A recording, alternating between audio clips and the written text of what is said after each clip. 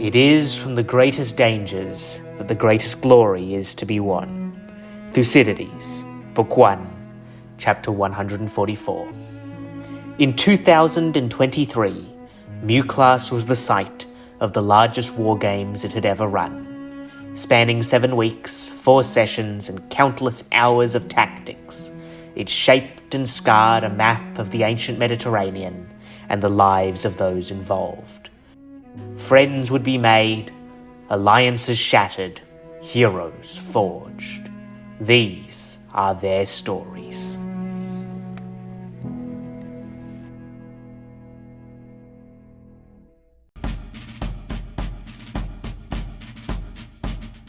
In 22 FFC, a plague spreads across the globe, slowly consuming all in its path. Greece's arts and culture shields it from most of the blast, as scientific breakthroughs enable quarantines that help prevent spread of the disease. However, the deaths of many prominent leaders lead to a tip towards autocracy across the globe. In Rome, Consul Porta Mattison declares martial law, appointing himself princeps. Carthage, unable to prevent spread of the disease on the open battlefield, loses many key political players, allowing Fleet Admiral Meg Chalice to consolidate power under her absolute rule, stacking branches of government with loyalist factions.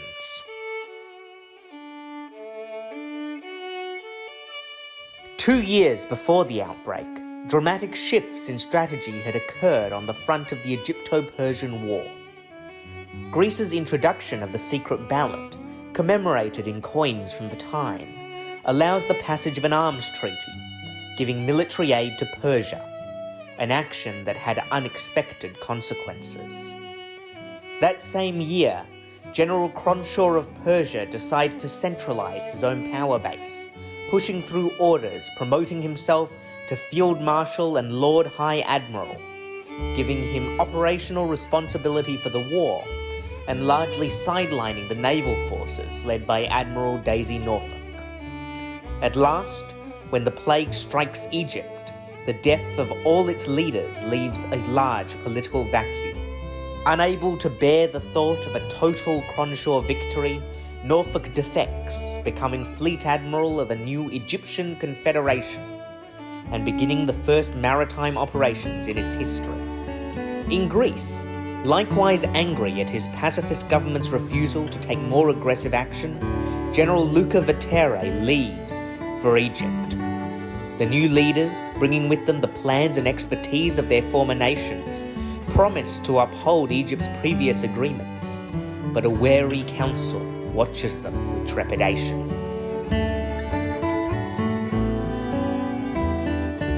In 23 FFC, a Memorandum of Understanding is published between Rome and Egypt, seeking closer economic ties.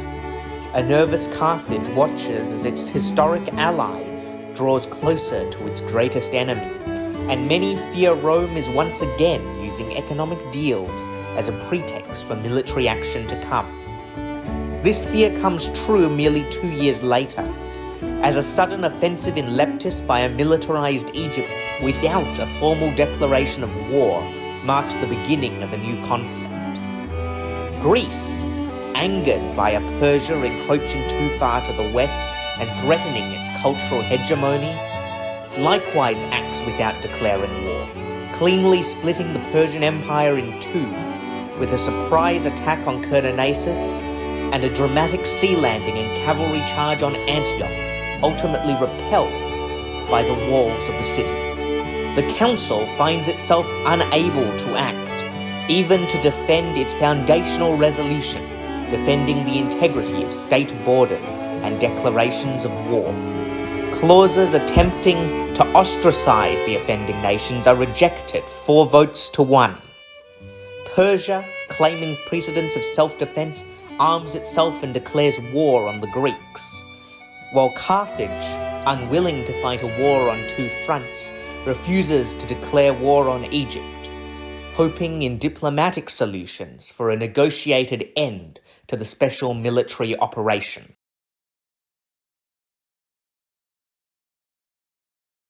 Both now fighting other wars, Persia and Egypt meet to discuss the terms of a ceasefire. The Armistice of Cyprus, signed on sacred sanctuary grounds in 29 FFC, sees both agree to halt the fighting indefinitely.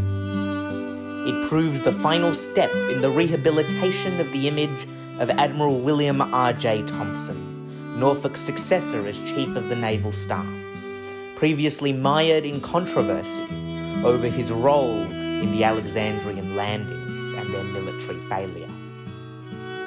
Yet this triumph would be paired with devastating personal loss. The news of the armistice, not aided by bad weather conditions at sea, takes time to filter to the front lines.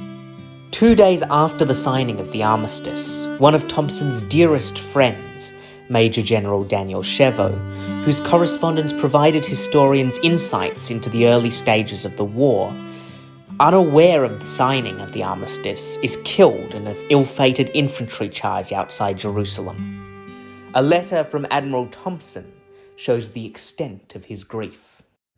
I can only feel the deepest affliction upon the loss of such a dear and inestimable friend as Cheveau. His career of virtue is now at an end.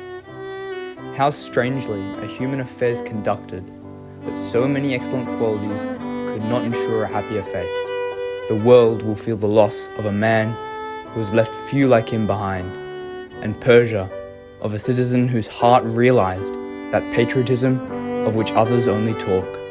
But such sorrow would swiftly turn to fury. Unable to accept the sheer capriciousness of fate and blaming the intervention of the gods, Thompson issues orders that will echo down through history, ordering the 7th Fleet to burn and smash the temples in Crete and Cyprus and loot their treasures. Cronshaw swiftly uses the funds to back military expansion, including Admiral Thompson's successful naval landing in Sparta, striking at the heart of Greek morale. Meanwhile, a fresh Roman assault on Carthage in 30 FFC sees the city evacuated for the second time in a generation. In a final broadcast before the city is taken, and she herself evacuated to the provisional capital of Cirta, Fleet Admiral Challis calls on her people to remain calm. Even if, which I do not for a moment believe, our continent was subjugated and starving under Roman occupation, then our empire beyond the seas, armed and guarded by our fleet, would carry on the struggle until, in the fullness of time, the lands of Spain and Sicily, with all their power and might, will step forth to the rescue and liberation of the motherland. For even though large tracts of our continent have fallen or may fall into the odious grip of Rome, we shall not fail. We shall go on to the end. We shall fight on, and we shall never surrender.